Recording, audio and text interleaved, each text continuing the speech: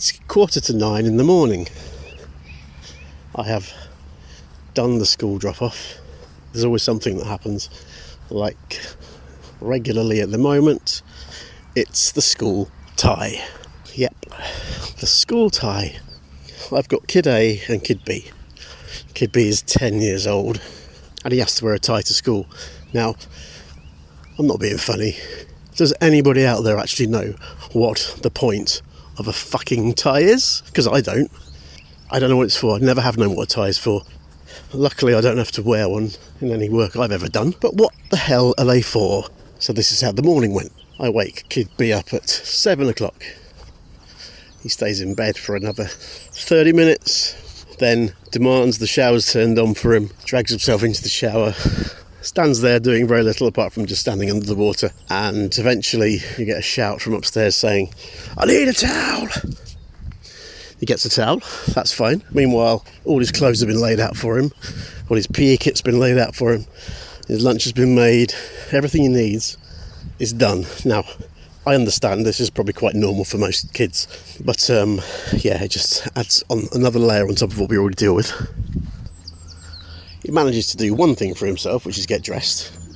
That's a development. I should add the caveat here is I'm probably being a bit harsh because I'm a bit bloody stressed by it all today. However, yeah, it's quite a challenge. He comes downstairs, his breakfast has been sitting there waiting for him for a few minutes. He eats that at a snail's pace, and then we've got to leave the house about 8:25 ideally. About 22 minutes past 8 he'll start pissing around with the dog. He hasn't cleaned his teeth, hasn't got his shoes on, etc, etc, etc. You can pack his bag for him, put it under his nose and he still can't see it. We get out the house eventually. We get in the car and we drive to school, and to be honest, he's an absolute legend on the way to school because we're going through a training period with the dog, trying to stop her from barking, and he's really good at keeping her calm in the car. We get to school and all's well. He goes in without a tie. He has to go to the office to borrow one. Now, I'd like to add, between him and his brother, I think this year, I think they've got through so far 15 ties, and oh god, it's just a nightmare. Luckily they're very cheap and you can buy them second hand, but hey, it's still a ball ache. And then I've got the usual stuff to do today, like call CAMHS for Kid A to up his dose of medication for ADHD. But right now the sun is shining and the birds are singing. What could be better? What do I need more than that? Oh, hang on. A job. I was made redundant just before Christmas, but before then I was working a bit of a crazy job. Not my employer's fault, but the contract I had. So, yeah, I took redundancy and looking for work. And we're doing our best. And you try not to give up. That's the positive. You try not to give up. Last year, 2,960 children were adopted.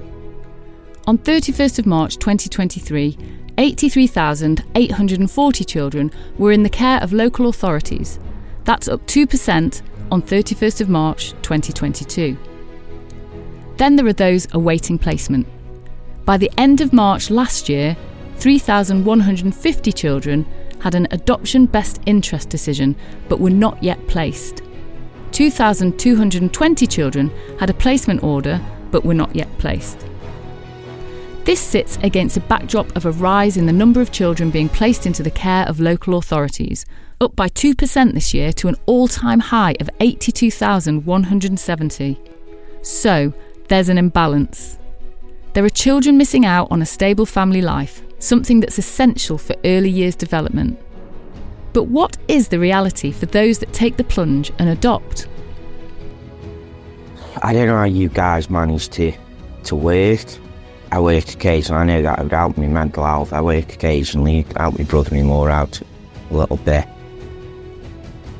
But, and how you have the energy, not just the energy, but the time as well to work. It's like, say, you're forever on the phone to CAMHS.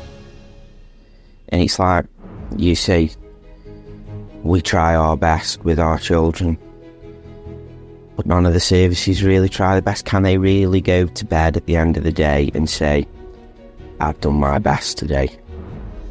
You know, I've always said it, at the end of the day, they put the laptop, close the laptop, put it in its case, and off they go. Back home, you know, we can't close our laptop. We can't go, I've done today. You know, because you go to bed thinking, are they going to sleep? Or are they going to be up in the middle of the night bouncing? You eventually do settle off, but in the back of your mind, what we're going to have tomorrow? There's a whole host of support built into the system to ensure that the adoption orders are successful, right?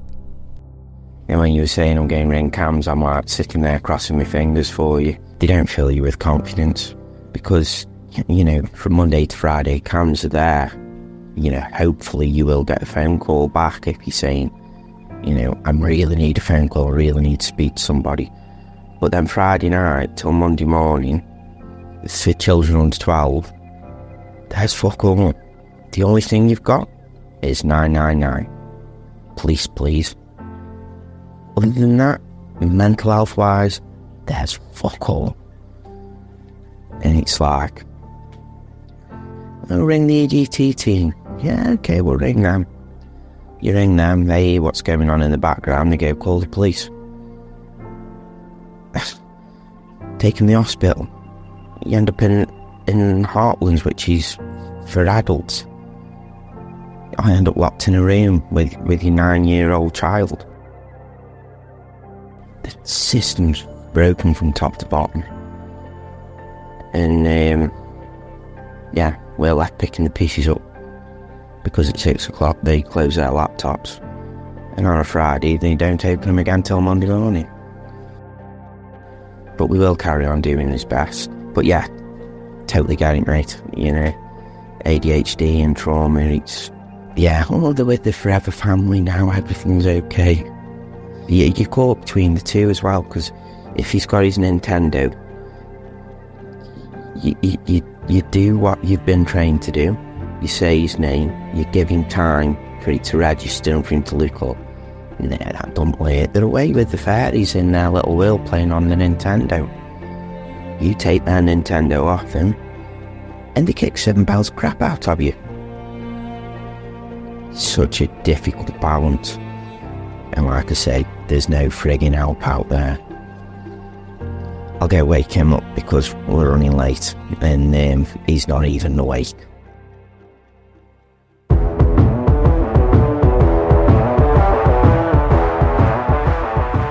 When shit goes wrong, it's the most debilitating and frightening thing when it's happening in your house.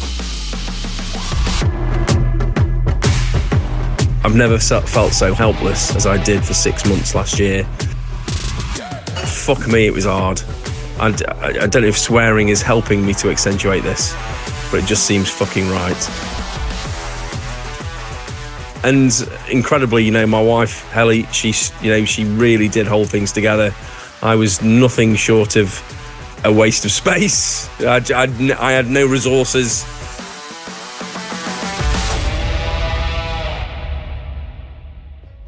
Prior to that, I felt like I could pull things out of the bag and really help, you know, and as I do now, but in that period of time, I was fucking useless.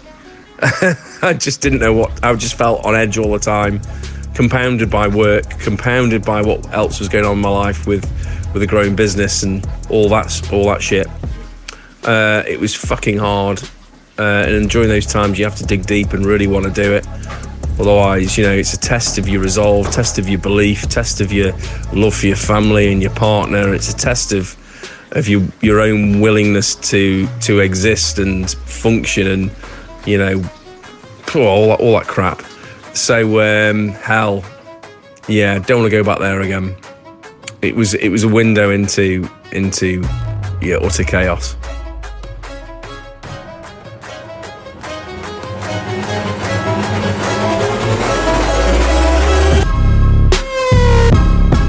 Who are these people? Man, these people are heroes. This is a series about the world as it is today, through the eyes of adopters. these extraordinary people. They are adoption superheroes, truly astonishing folk. Real-life parents who have decided to adopt some of those children to give them a family life regardless. Parents who step up and decide to do what many do not, provide a real-life family for those children who, for no fault of their own, have been left behind. That laptop shuts, as you say, and what do? You can't blame them, because I'm sure there are many of them that are working crazy hours. I'm sure they don't go into social work thinking, oh, it'll be an easy job. I just sent an email to my boss basically saying, it's Thursday morning. By Wednesday evening, last night, I have worked Monday, Tuesday, Wednesday, 38 hours this week. And I'm fucked. I woke up this morning, head pounding. Full paracetamol before 6 o'clock in the morning. And having to deal with the fact that I'm going to see Cams, and I always get this wrong. I'll say the wrong things, and Rach can't come, so she's written me a load of stuff to say. Then I've got to go to his school and talk to them about how they thought it was okay to put a kid with ADHD in isolation all afternoon. What do you do? No one knows what it's like, apart from those of us who are doing it. You just end up sounding and feeling like a fucking moaner, because I am so pissed off with it all. And as you say, we pick up the pieces, but it's a blessing and a curse. He's just a beautiful, beautiful child who is funny. Last night we were just like having a laugh and fighting and wrestling. Only play fighting, and I was then reading him a book about Everest, which I've got, and he loves because he loves the film. I wouldn't change it, but what I would change is I'd change society. Every little bit of society I would change. This series will tell the story of the challenges facing those with adopted children with known issues of trauma. They're doing everything they can to give their children the best life possible, but we'll also hear about the obstacles that they come up against. Yes, you're right that some social workers didn't come into this job to not give everything, but there's been that little investment in all the services that we are now in a shit place. So yeah, I agree with everything you say. It's like we pick up the pieces from what the parents have done. We're breaking that catch-22 cycle because the local authority deemed that the parenting level isn't good enough. But then as soon as we sign the paper that the child is now ours, for me, they wash their hands because that child's in a safe place now. We'll move on to another child that isn't in a safe place and kind of put us on the back burner. And it's the loudest person who shouts that gets everything, and it shouldn't be like that because it's like a full-time job for Jeanette. She's constantly on the phone. This is where I'm saying, I don't know how you're frigging driving your car, considering we're now on Thursday and at Wednesday night you've done 38 hours with neuro diverse children who have trauma from birth, from being in the womb. And yet we have to keep fighting to get absolutely anything. And then you throw schools into the mix who just don't listen. They're sat there thinking, oh, we know what we're doing, we've had thousands, we've looked after thousands and thousands of children. Yes, but you're not an expert on our child. We live it 24/7. Bloody listen to us. When you've met one neurodiverse child, you've met one neurodiverse child.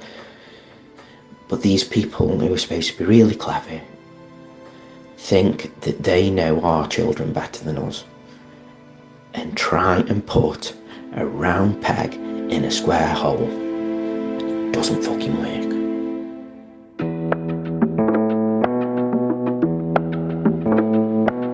This is Adopters Anonymous. Anything you say here is in the strictest confidence.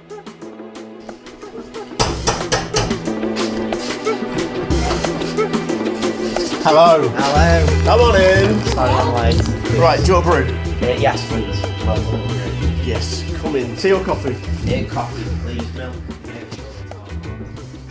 My name is Martin, I'm 51 years old, and I am an adopter. My name is Carl. I'm 50 and I'm an adopter.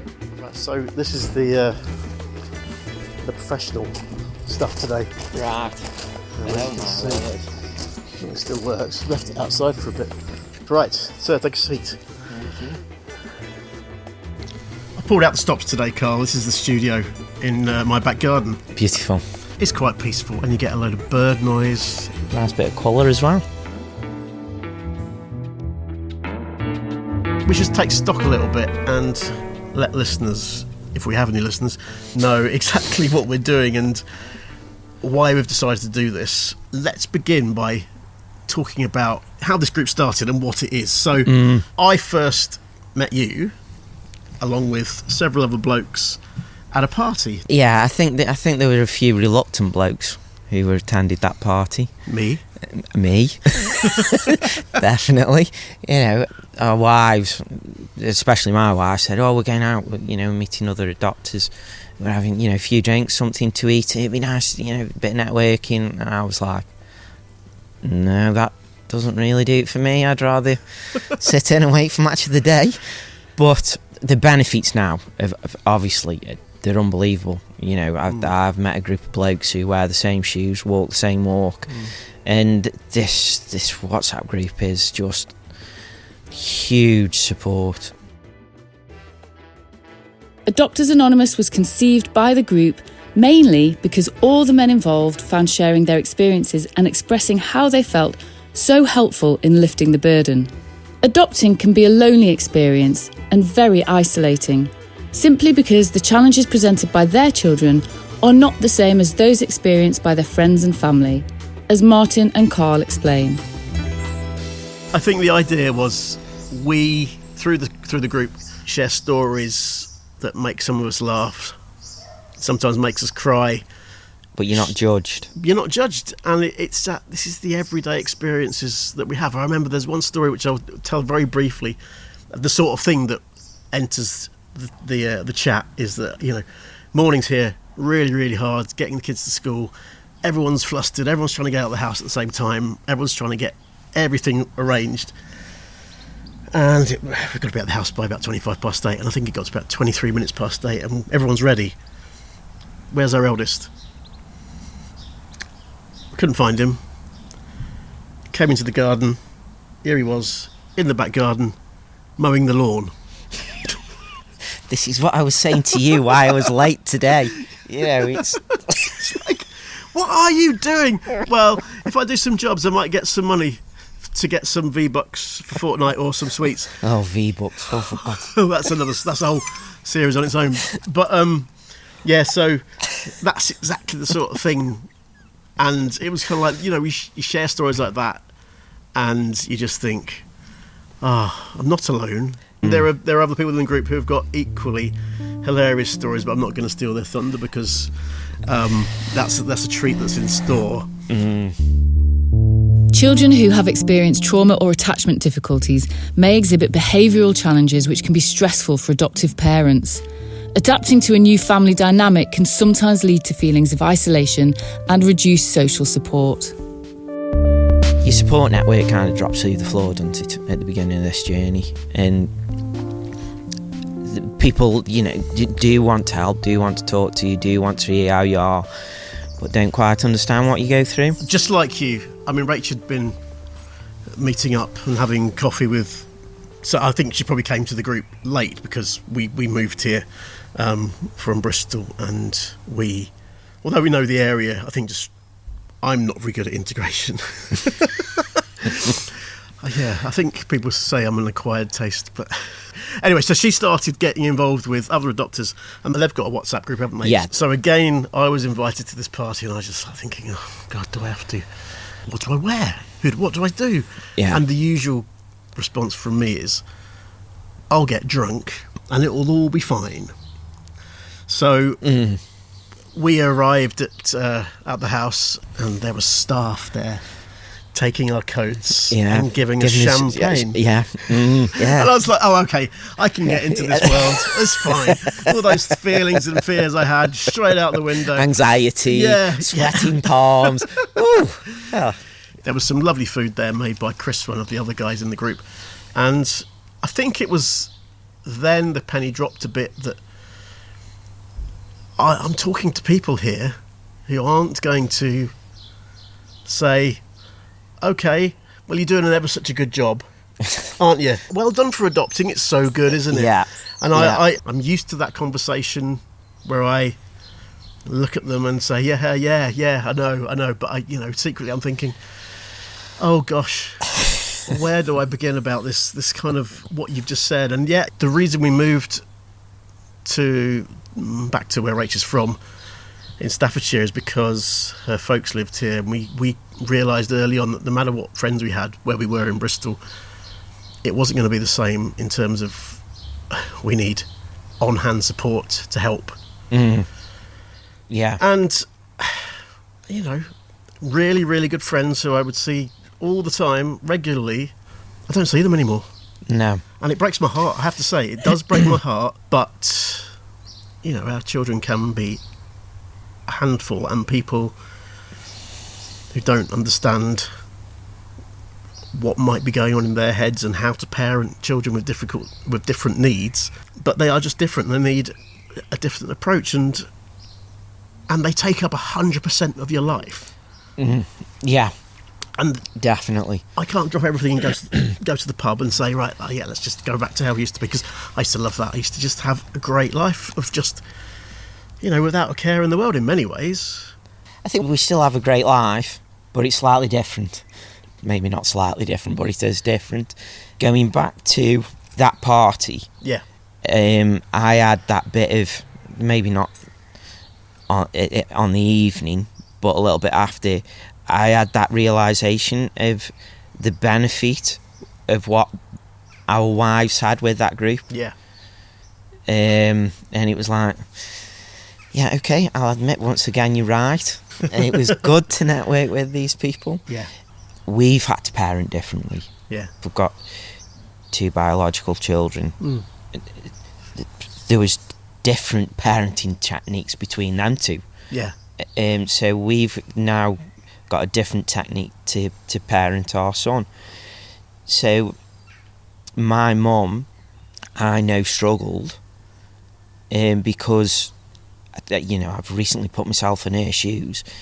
She used to see her son come to her house with scratches, bruises, bite marks all over him, and when people ask me if I'm alright, I can lie. To your mum, you can't lie. My mum can say, you're alright. I go, yeah, I'm fine. But she knows me inside and out. She knows I'm not alright. So when she sees me turning up not alright, or sees me turning up covered in scratches and bruises, it's difficult for her to then go, my grandson's done that to my son. So she herself has had to come up with a different way of being a grandparent. And it's taken time, but we're there now, and normally we have a good time. It's normally a good time when my son goes to visit his grandparents. So, but yeah, the support network at first drops through the floor. What you said was really interesting there about how people ask you how you're doing, and you either say, yeah, I'm fine, and that's the easiest answer because it stops opening that gate of all the emotions coming out. Now, I also think that there are people who ask you how you are, and if you say to them exactly how you're feeling, they're probably wishing they'd never asked. Yeah. So they're like, oh my God, I don't want an honest answer. Now, there are a couple of friends of mine who I will see on a regular basis, and they'll say, what's going on, how's it going? And I'll say, yeah, okay, well, this is what's happened. And one of them has an adopted son, And you kind of have this situation where I can be completely honest and say, this is how it's going, and This is how I feel. Yeah, and at the end of it, he'll either call me a twat and get on with life, or he'll go, come here, and he'll give me a massive hug. Yeah. And either way, either of those responses are great. Yeah. But it's interesting you said about, the support network. We're here now. You've kind of, you feel like you're in a better place now. Some of the recording that the listeners would have heard at the start of this episode, this podcast, the first episode of this podcast, was recorded last year. And we did a bit of recording because we wanted to do this, but I think both of us struggled with time, finding out. I mean, particularly me trying to get this off the ground as a jobbing producer. And I think, like me, with our boys, they've come a huge way, such a long way. And I think part of that is by us pushing for help and doing what we can to get what we need from the local authority and CAMS, which is something you'll hear a lot of. What's CAMS stand for? Child and Adolescent Mental Health Services. The Child and Adolescent Mental Health Services. And it took a while, and we're on their radar, and we're getting some of the help we need, and so things are better for one of our boys. The other one, we're not even beginning that journey yet, and we don't know where that journey's going to go. So we've come a long way. Tell me about how you've been doing, because you were saying you feel that sometimes they shut that laptop and disappear. Has anything changed? Yes, it has changed, but it's taken a lot to change it. My son was nearly admitted to hospital. At 9, nearly admitted to hospital. But we had dynamic support team come in, and basically that just gives everybody a bit of a kick up the backside, gets everybody together and singing off the same hymn sheet. So take us back. What was he nearly admitted to hospital for? No sleep. He may have slept a bit, but he's on so many medications, but the ones that he was on, they weren't working, so it was like a lot of meltdowns, a lot of dangerous impulsive behaviour. We've got star locks on quite a lot of doors, so we can't get into certain doors. So the worst bit was he got outside in the back garden, climbed up the fence and climbed onto the neighbour's garage roof, which is, it's like the height of a bungalow. Yeah. And it was like, yeah, if he'd fallen off that, Jesus. Yeah. But then, the violence was not great. So it's just like non-stop chaotic life. I think it'll be a good idea for us to sort of spell out now why this group is important, and one of the reasons is that I feel that adoption's changed. I'm basing it on what we went through 6 or 7 years ago. But what I'm talking about is the way that, and I think this is a really important message we want to get across in this series, is that when you adopt now, the children being put up for adoption, in care, in the system, they are there because they have been removed, not because mum might have had the child out of wedlock, not because the child was relinquished. And the reasons the children are removed are various, from fears of domestic violence, fears of sexual abuse, fears of continued drug and alcohol use of alcohol while pregnant. Yeah, during, post pregnant, use of drugs, during, post pregnancy.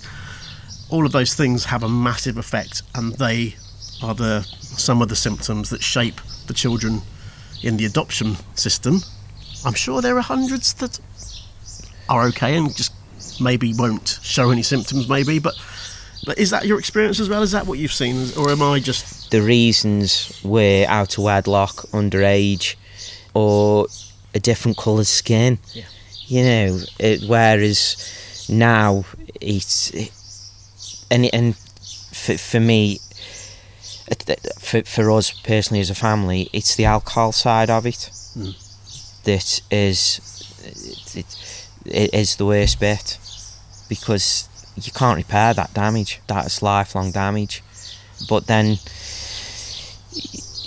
you know, you add everything else onto it. You know, there's the trauma, there's the separation from birth parents, and then unfortunately our son had to be resuscitated at birth.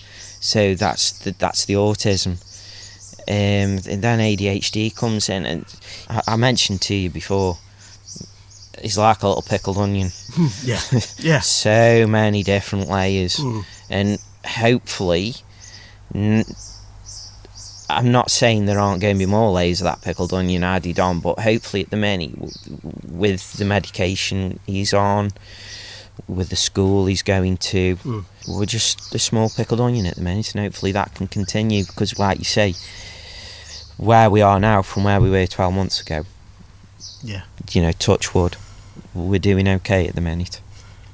And it is extraordinary that you can see a massive difference by simple things. So one of our children, the oldest of our boys, again has ADHD. Now, to get that diagnosis in the first place was literally hell. Yeah, I felt like, what's his name? Sisyphus. Is that the guy who pushes the stone up the hill? I don't know, but it's like David and Goliath. You're David, and you're asking Goliath for a little bit of help. You know, it's the person who shouts loudest gets the most, and it shouldn't be like that. No, because there are people out there who haven't got the time or energy or the knowledge that they need these kind of things. And it's just a constant battle of being on the phone. Luckily, we've got wives who are absolutely amazing at it. It's a full-time job to try and get the things for our children so that they can just get through the day. Little is known about the formal mental health needs of adopted children in the UK, although the mental health disorders and associated impairment amongst children looked after in the UK has been reported in a high-quality study, albeit conducted over 20 years ago. Compared with children living in birth families, findings indicated higher rates of all mental health disorders in UK children looked after, including behavioural problems, learning problems, and neurodevelopmental disorders such as autism and attention deficit hyperactivity disorder, anxiety disorders and depression, conditions for which statutory child and adolescent mental health services should be able to routinely provide help. In the absence of specific data for adopted children in the UK, most of whom are adopted from care, these findings suggest that many children adopted in the UK would meet criteria for a mental health disorder routinely treatable by CAMHS.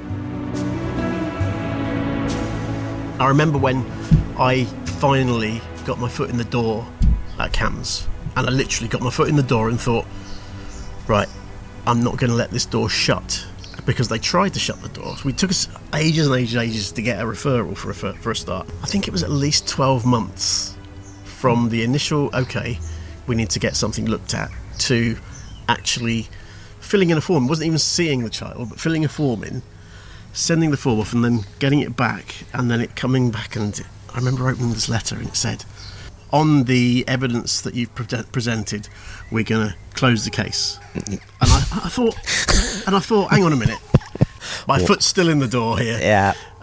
What's the threshold? Well, that's the thing. I immediately rang them up, and I didn't know who to speak to, really. I wasn't rude. I wasn't at all. I was very frank, and I said, look, you haven't seen us. What are these?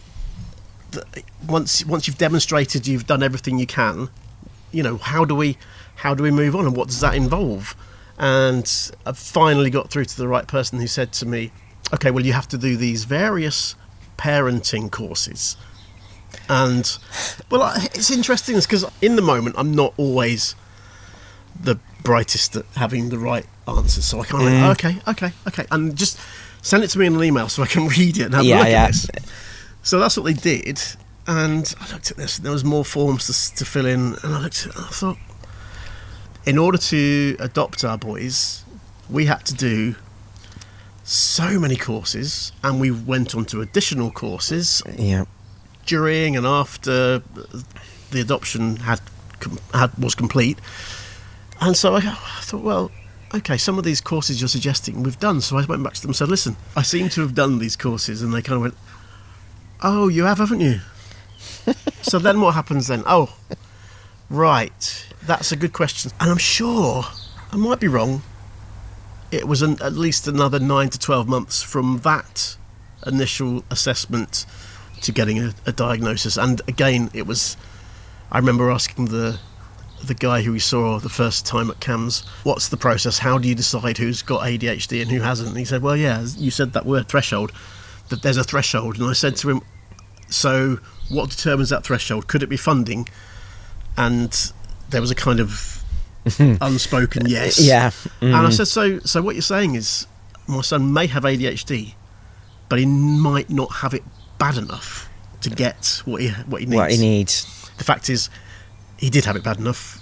Yeah. And I mean, it manifests itself in so many different ways, but that was the experience we had. But anyway, as I said, the medication has helped. I think growing up a little bit helped, because he's now 13. We had loads of referrals, and we eventually got in, and we went to CAMHS, and he just shut down because the place was so clinical, not child friendly at all, and he just shut down. So they were like, no, they rang us back, so we're closing his file. My wife, again, absolute, unbelievably amazing lady, went, okay, I'll report you to the Sentinel.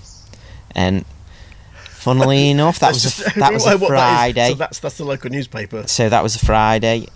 On the Monday, we had a phone call back from the same lady who said, I've not slept all weekend thinking about you. It's like, my wife said, I didn't want that to happen. She said, but I've got to say that I'm glad you didn't sleep, because we need help. She said, I'm reopening it.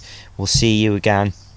And thankfully, my son turned up for that appointment, and they went, oh, yeah. Well, that's interesting, and because I think for the kids themselves, our son, when we went the first time, they're on their best behaviour. They want to show that they can sit still, rather than actually, feeling comfortable to just be themselves. I mean, since then, I've sat in the room with him, and he's bounced and spun around and round and round, and the psychiatrist is there looking and going, are you feeling okay today? Or a little bit, or the word they use, fizzy. Fuck off. Be fizzy. But yeah, sorry, carry on. So he performed. He performed, and it was like, okay, so we'll do an autism assessment. I mean, he came with fetal alcohol syndrome because mum had drank and taken drugs throughout the pregnancy. So we eventually went for the ASD diagnosis, and we were told he was diagnosed with the ASD. Jeanette got up, left the room, was devastated. I wasn't, because I knew it had opened doors and help us getting other help. Adoptive parents expressed very high levels of dissatisfaction with mental health services, although many of the concerns they wanted addressed overlapped with the typical remit of mental health services. Despite the overlap, parents were dissatisfied with the shared understanding of problems, and the majority reported concerns about a lack of an adoption-specific focus in services. Research is needed to characterise the range of mental health disorders in adopted children, alongside research to understand parental, young person and professional conceptualisations of problems, especially for attachment and trauma, to better fit family concerns with service models and promote collaborative practice and shared understanding. Autism is a lifelong thing. He's never going to get better from it. He's going to have that for the rest of his life. But there are positives with it as well as negatives. Yeah. It is him. It's part of him. The autism comes out quite a lot. In the mornings before I brush my teeth, I'll be close to him. He'll go, "Don't breathe on me, Dad." And you say, his nana said, it's the first time it's happened was his nana said, I love you, and he went, yeah, I know. Yeah, thanks. That was the other one. Yeah. That was the other one. So the second one time she did, he went, I love you. He went, yeah, thanks. And it's like, oh, it's absolutely, so, you know, yeah, he's got it for the rest of his life. But it shouldn't be chains locking him up. No. It shouldn't hold him back. He should have the opportunities, same opportunities as anybody. And, you know, hopefully with our help, we can get him there. But I think someone with autism and ADHD, there should be a place in society for all these people, because there will be things he can do, strengths he has, maybe creativity, maybe artistic, maybe sport, maybe anything, you know. He's got that some kids might not have. I would say that there should be a role, and it's up to us to help that journey. But as you said earlier, there are some who don't know what to do, and I think part of what we're going to try and do with this podcast is to show people that you can, with support and a bit of knowledge, you know, we can work together. We can work together and show people what is possible. Yeah, and put us as parents in a better position. Yeah. Because, you know, if we don't look after ourselves, we can't look after anybody else. Yeah. You know, that's one of them. But it, you know, hopefully this can put us in a better position, and hopefully put our kids in a better position. Other reasons for a podcast like this? I suppose, for me, if we help one person to realise they're not alone, that there are other people who, I said earlier on, wear the same shoes, walk that walk. Yeah. If we can do that for one person, I'm happy. And then the other person I'm hopeful for is that person in society who sees that child having a meltdown and doesn't judge that parent or judge that child. So a bit of an example is my son swears, and occasionally I will let that go. And the reason why I do that, it's like fire. The fire needs 3 elements. So it needs heat, spark, oxygen. So he's got the heat, he's got the spark. That's him swearing at me. I've got the oxygen, so I've got the ability to add to the fire or take the oxygen away and put the fire out. If I respond to him swearing, I'm adding the oxygen to the fire. Whereas if I don't respond to him, I'm taking the oxygen away, so the fire will hopefully go out and he will hopefully stop swearing. So I'm hoping that the people in society can see that I have to parent differently to get my child to respond how I would like them to respond. And for society to understand that sometimes I'm going to get it right and sometimes I'm going to get it wrong. But don't look at my child as a naughty child, and don't look at me as a parent as somebody who isn't trying their best and is there every single day and will never give up on him. I think that's really a great point, and the only difference is in my family it would be the kids saying, Dad swears a lot. We got rules now.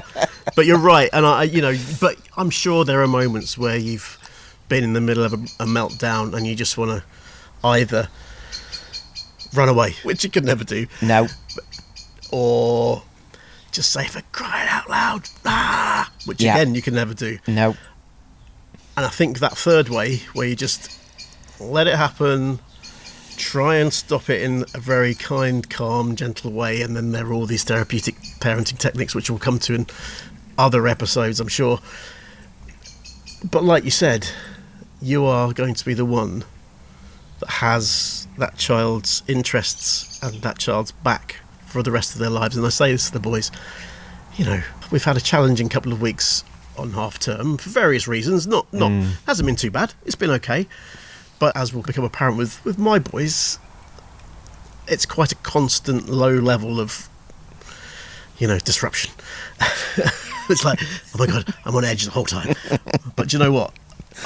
They are absolutely golden boys, and I loved them with all my heart. Because they do give. Because they give. They do give sometimes. They do give a little bit. I'm looking forward to that day, Carl. No, you're absolutely right. They do. You know, there are nuggets and there are chinks in the armour. So I think we're agreed that our aims are to explain to people they're not alone, give an idea of some of the things we've been through, and some of the solutions. Maybe, I mean, we don't have the answers, I know, but we might have some ideas. Well, I think we must have got some things right, Martin, to be sometimes. where we are now. Yeah, I hope so. You know, like you say, you go back a little bit and look at where we are now. We've got to have we've answered some questions, right? We'll ask the kids in about 15 years' time. Oh, so, no, I'm not doing that. No, I'm not doing that. I did have one other thought as well for why we're doing this, and it's quite complex. I want to really be able to produce something that says to professionals, authorities, schools, not saying to them, you're doing it all wrong, we know best, because we do not. But just to say... This is our experience. Yeah, this is the experience. I'm not going to say struggle, because that makes it sound... I mean, sometimes it is a struggle, just like every element of it's a roller coaster. It is that. I think that's it. The roller coaster we ride, and sometimes that roller coaster goes upside down. Quite a lot sometimes. But we can't get off it. It's like that never-ending roller coaster. No, but I think it's also, for me, it's remembering the good bits of the roller coaster. Absolutely. You know, it's but which is difficult at times to remember them bits where you're going up. Remembering that a bit ago you were at the bottom. Yeah. But yeah, you're right. If professionals can just hear what we go through, and the constant banging on doors just to try and get a little bit of help. Yeah. And the consequences of actions not being taken early can actually cost them more money, and hopefully doesn't cause too much damage to our children. In an ideal world, it'd be absolutely perfect if we can say we need help now, and we're giving it. It's not going to happen, but it can just make the bit of a difference between we need help now and is actually getting it. If we can get that a bit closer. Adopters Anonymous is Carl and Martin, assisted by me, Anna. Across the series, you'll hear from Carl, Martin, and other members of their WhatsApp group, Chris and Chris, not the same person. The members of the group, the WhatsApp group that we have, and the guys that you'll hear from in this series, we've been adopted parents for quite a while now, and so in some ways we're over the worst, and if we can give people sort of signs to say, okay, you know, this is where we were. You can get through this, but it could be easier. It could be made easier by certain measures being put in place. Definitely. To help. Even with all the courses we've been on. And I look at parents and think, how can they have children without doing any courses? All they did is, you know what? Where's your certificates? Yeah. I mean, some of the courses are all right, and you can take tools from them. Yeah. You know, bits and bobs, and put them in your toolbox. Yeah. But what works one day doesn't work the next day. I think the other thing as well is, so our children, you know, they're very similar. They've got very similar diagnoses, but they're totally different as well. Yeah, and that brings me back to something that you said, I think in the clip we played earlier, and it's stuck with me, and I've used it. I've stolen it and used it in other situations. But it's that when you've met one neurodiverse child, you've met one neurodiverse child. Everyone is individual. And again, I know other children who have got the similar diagnosis to my eldest, completely different. So you're absolutely right. You know, and we just need to raise awareness that, you know, it's at the moment it's like when you adopt a child, it's sold as seen. Like you buy a car that's sold as seen. Yeah. They give you the keys. Yeah. Off you go. The logbook might be up to date, but most likely not. No. And then suddenly well, you can't take it back and say, well, this isn't working. Yeah, there's no receipt with it, there's no warranty with it. I think this is what we've discussed in the past as well, is the things that could be put in place. I mean, our child came with one diagnosis. You know, is there other things that cannot come with the child? Like you buy a brand new car, it comes with a warranty, with a service plan. You know, these children, we know that they're going to be coming with certain complex things. They will have separation issues because they've been taken from the parents. You know, nowadays, there will, not in all cases, but a lot of it, there'll be alcohol and drugs involved. And like I said earlier, the drugs aren't quite as bad as the alcohol. The alcohol is irreparable. There's a good chance that the birth could be chaotic. So from that, you could have autism, ADHD. They kind of all interlink. There are certain things that our children will come along with. It's guaranteed. So why can't certain packages of help come with the child straight away? Why can they not just make it easier and have certain things, maybe not done, but in principle done, so that it's there and ready to go for when we say, yeah, this is here. And I think one thing that is overlooked is the fact that fetal alcohol syndrome is still something that people don't know a lot about. No. But it's very, very common in adopted children. So I think, you know, we'll try and open some of these doors, and we'll try and explore some of those issues that we have, and hopefully we'll get some response from some listeners and maybe, you know, involve some of those. But yeah, because we've got this. You know, for you out there, you may not have it, so for you to be able to just send an email and just go, help. Yeah, or just get something off your chest, because this group's been great for us, because you can have a rant. You can tell the good story, you can tell the bad story. You know you're not going to get judged. So to have somebody that you can send an email to and say, Luke, you know, I've got a good story, or I've got a bad story, or what can you advise? Then we can get back to you. So this is where you come in.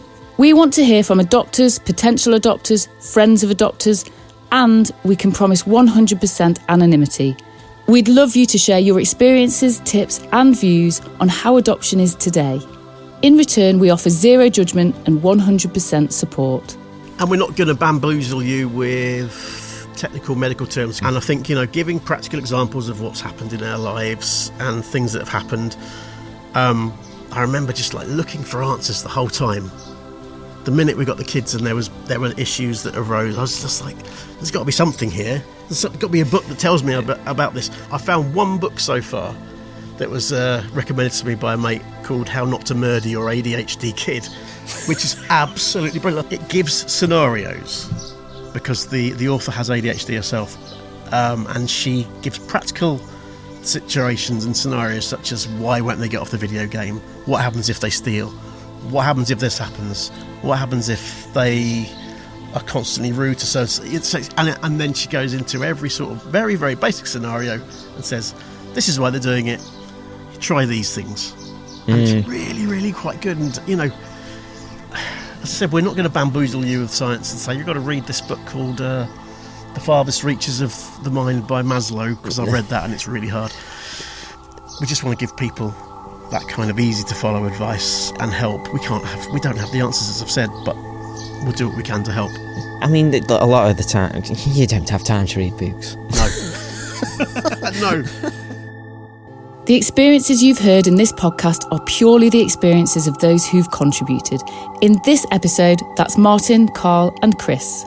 Other adopters may have completely different experiences, but this is the story of how their lives currently play out. Across this series, stories will be shared to paint a picture of the reality of adoption right now. There'll be some difficult moments, some emotional moments, but there'll also be some moments of joy. The one particular thing that's come out of this group is friendships, and I'm so pleased I've met you. Yeah, definitely. Yeah, I really am. It sounds silly, as a 50-year-old man, but it's like, yeah. We wear the same shoes, Mark. Yeah, I know. Yours are slightly newer than mine, though. Well, I was 50 the other week, so they're a birthday present. So. Mine are chewed up by the dog, but yeah. So we'll see you soon. Yep. Good luck. Thank you for listening. Yeah, thank you. I was really nervous. Thank you for listening to episode 1 of Adopters Anonymous. There'll be more in episode 2 as we discuss the art of therapeutic parenting. Please get in touch if you want to share your experiences or offer advice to our courageous group of adopters. Our email address is adopters.anonymous@gmail.com. Be sure to follow and subscribe wherever you're listening so that you don't miss an episode.